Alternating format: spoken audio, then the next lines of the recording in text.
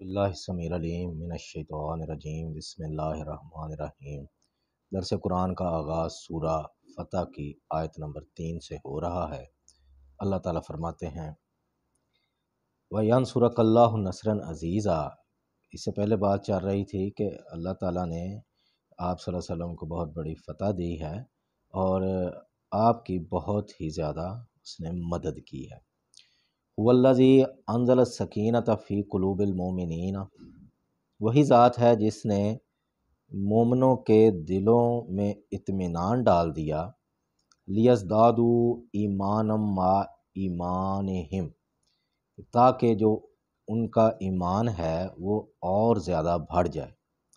وَلِلَّهِ جُنُودُ السَّمَاوَاتِ وَالْأَرْضِ، اور اللہ ہی کی ملکیت ہیں زمین و آسمان کے لشکر۔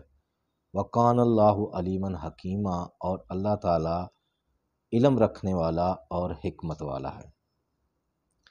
لِيُدْخِلَ الْمُؤْمِنِينَ وَالْمُؤْمِنَاتِ جَنَّاتٍ تَجْرِي مِن تَحْتِهَا الْأَنْهَارُ، تاکہ وہ داخل کرے مومن مردوں اور مومن عورتوں کو ایسے باغات میں جن کے نیچے نہریں چلتی ہیں، خالدین فیہا، اس میں وہ ہمیشہ ہمیشہ کے لیے رہیں گے۔ وَيُكَفِّرَ عَنْهُمْ سَيِّئَاتِهِمْ، اور وہ اللہ ان لوگوں کی جو برائیاں ہیں وہ ان سے دور کر دے گا، یعنی ان کے جو چھوٹے موٹے گناہ ہیں وہ معاف کر دے گا۔ اس میں یہ چیز ذہن میں رکھنی چاہیے کہ شرک کا گناہ اللہ نے کہا ہے کہ وہ معاف نہیں کرے گا، اور مشرک جو ہے اس پر جنت حرام ہے، یعنی کہ اللہ کے سوا کسی اور کو حاجت روا، مشکل کشا سمجھنا اور اپنے دکھ تکالیف میں اللہ کے علاوہ کسی اور کو مدد کے لیے پکارنا۔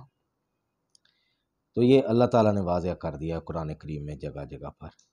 وَقَانَ ذَلِكَ عِنْدَ اللَّهِ فَوْزًا عَظِيمًا، تو یہ ایسے لوگ جو جنت میں داخل ہوں گے وہ اللہ کے ہاں بہت بڑی کامیابی حاصل کریں گے۔ وَيُعَذِّبَ الْمُنَافِقِينَ وَالْمُنَافِقَاتِ، اور اللہ عذاب دے گا منافق مردوں اور منافق عورتوں کو، والمشرکین والمشرکات، اور مشرک مردوں اور مشرک عورتوں کو، الظانین باللہ ظن السوء، جو برے خیالات رکھتے تھے اللہ تعالیٰ کے بارے میں۔ علیہم دائرۃ السوء، اب انہوں نے ہی برے حالات کا سامنا کرنا ہے۔ وغضب اللہ علیہم، ان پر اللہ کا غضب ہوا۔ ولعنہم، اور اللہ نے ان پر لعنت کی۔ وأعد لہم جہنم، ان کے لیے جہنم تیار کر رکھی ہے۔ وساءت مصیرا، اور وہ بہت ہی برا مقام ہے۔ وَلِلَّهِ جُنُودُ السَّمَاوَاتِ وَالْأَرْضِ، اور اللہ ہی کے لیے ہیں زمین و آسمان کے سارے لشکر۔ وَقَانَ اللَّهُ عَزِيزًا حَكِيمًا، اور اللہ تعالیٰ غالب ہے، حکمت والا ہے۔ اِنَّا أَرْسَلْنَاكَ شَاهِدًا وَمُبَشِّرًا وَنَذِيرًا، بے شک ہم نے آپ کو بھیجا ہے حق ظاہر کرنے والا اور بشارت دینے والا اور ڈرانے والا۔ لِتُؤْمِنُوا بِاللَّهِ وَرَسُولِهِ، تاکہ تم سب لوگ اللہ پر اور اس کے رسول پر ایمان لاؤ۔ وَتُعَزِّرُوهُ، اور اس کے رسول کی مدد کرو۔ وَتُوَقِّرُوهُ، اور تم اس کو بزرگ برتر سمجھو۔ وَتُسَبِّحُوهُ بُكْرَةً وَأَصِيلًا، اور تم تسبیح بیان کرو اللہ کی صبح اور شام۔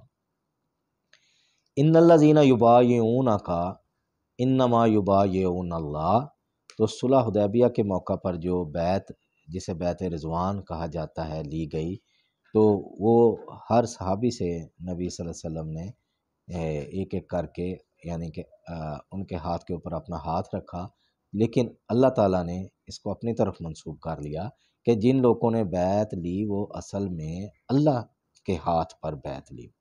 ید اللہ فوق ایدیہم، ان کے ہاتھ کے اوپر اصل میں اللہ کا ہاتھ تھا، یعنی وہ اللہ تعالیٰ ان کے ایمان والوں کے عمل سے اتنے خوش ہوئے کہ وہ اللہ نے پیغمبر کے ہاتھ کو اپنا ہاتھ جو ہے نا وہ منسوب کر دیا۔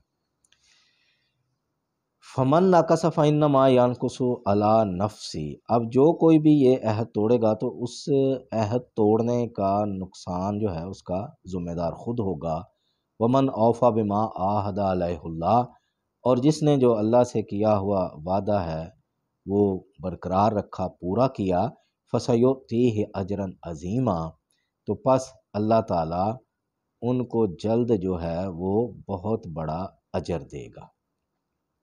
سیقول لک المخلفون من الاعراب، اب جو اعراب یعنی عرب کے بدو جو پیچھے رہ گئے تھے، جان بوجھ کے گئے نہیں اپنا اس کے ساتھ جہاد کرنے والوں کے ساتھ، تو اللہ ان کے بارے میں فرما رہے ہیں کہ وہ اب کہیں گے شغلتنا اموالنا و اہلونا، کہ ہمیں تو کام پڑ گیا تھا جی، ہمیں ہمارے گھر میں کوئی مسائل آ گئے تھے، کوئی کاروباری ضرورتیں تھی، کوئی گاہک آنے تھے، تو اس میں ہم مصروف ہو گئے تھے، فاستغفر لنا، بس آپ ہمیں جو ہے وہ معاف کر دیں۔ یقولون بألسنتہم ما لیس فی قلوبہم، تو وہ اپنی زبانوں سے وہ بات کرتے ہیں جو ان کے دل میں نہیں ہے، یعنی جھوٹ بولتے ہیں۔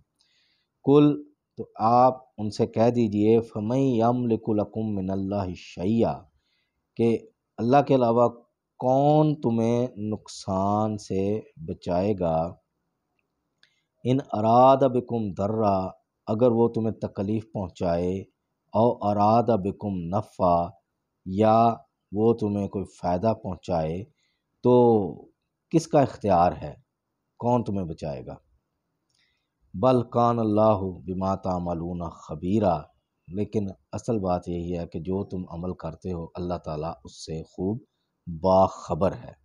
بل ظننتم ان لن ينقلب الرسول والمؤمنون الی اہلہم ابدا، اور اصل بات تو یہ ہے کہ تم تو یہ گمان کیے بیٹھے تھے کہ یہ جو نکل رہے ہیں قافلے جہاد کی خاطر، تو رسول اور مومن جو ہیں وہ اپنے گھر والوں کی طرف واپس آ ہی نہیں سکیں گے اب۔ وَزُيِّنَ ذَلِكَ فِي قُلُوبِكُمْ، اور یہ بات تمہیں بہت اچھی بھلی معلوم ہوتی تھی، یعنی کہ تمہارے دل، منافقوں کے دل، وہ اس سے بڑے خوش تھے۔ وَظَنَنْتُمْ ظَنَّ السَّوْءِ، اور تم برے برے گمان رکھتے تھے، وَكُنْتُمْ قَوْمًا بُورًا، لیکن اصل میں تم ہی ہلاکت میں پڑ گئے۔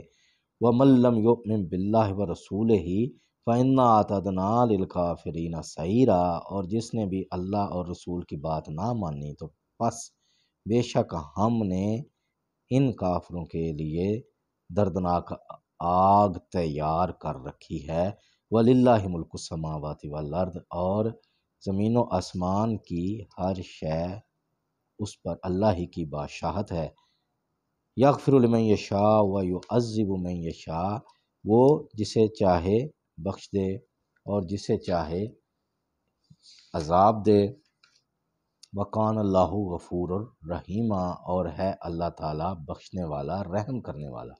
یہ بات ہم پہلے بھی کئی جگہ بیان کر چکے ہیں کہ اللہ کا بخشنا اور اس کا عذاب دینا وہ ایک باقاعدہ قانون ہے، یہاں اس کی منشا اور مرضی وہ اس قانون کے ہی تابع ہے کہ یعنی جو نیک لوگ ہیں وہی جو ہیں بخشش کے مستحق ہیں، اور جو بد کردار اور ظالم ہیں اور جنہوں نے اللہ اور اس کے رسول ان کے ساتھ اس کے ماننے والوں پر عرصہ حیات تنگ کیے رکھا، تو ان کے لیے کسی قسم کی کوئی بخشش نہیں ہے، بلکہ ان کے لیے ہی اصل میں اللہ تعالیٰ کا عذاب ہے۔ تو اللہ تعالیٰ یہ بار بار جو کہتے ہیں کہ اسی کے لیے ہی ہیں لشکر زمین و آسمان کے، تو اس کا مطلب یہ کہ جتنی بھی مخلوقات ہیں کچھ کو ہم دیکھ پاتے ہیں اور کچھ کو ہم دیکھ نہیں پاتے، لیکن وہ ظاہر ہے اللہ تعالیٰ کی پیدا کردہ ہیں اور اللہ کے ہی قبضہ کے اندر وہ موجود ہیں، تو اللہ ان سے اپنے کام لیتے ہیں، انہی کے ذریعے ہی ایمان والوں کو وہ اطمینان عطا کرتے ہیں، اور انہی کے لیے ہی، انہی کے ذریعے ہی کافروں کے دلوں میں ایمان والوں کا رعب ڈالتے ہیں۔ تو یہ اللہ تعالیٰ کا چونکہ اختیار ہے اور اللہ تعالیٰ اپنی جو ہیں طاقتیں وہ استعمال کرتا ہے، اس لیے اسی کو ہی برتر سمجھنا چاہیے، حاجت روا سمجھنا چاہیے، مشکل کشا سمجھنا چاہیے، اس کے علاوہ اپنے دکھ درد تکلیفوں میں کسی اور کو نہیں پکارنا چاہیے، تو اس کے لیے بڑی وعید ہے۔ تو یہ قرآن عقائد کی اصلاح کرتا ہے، اس میں شفا ہے، یہ رحمت ہے، تو یہ ہمارے اس دنیا اور آخرت دونوں کی کامیابی کا اس کے اندر جو ہے وہ راستہ موجود ہے۔ تو اسے پڑھیں، کوشش کریں سمجھ کر پڑھیں، اور اس کی تعلیمات کو عام کریں۔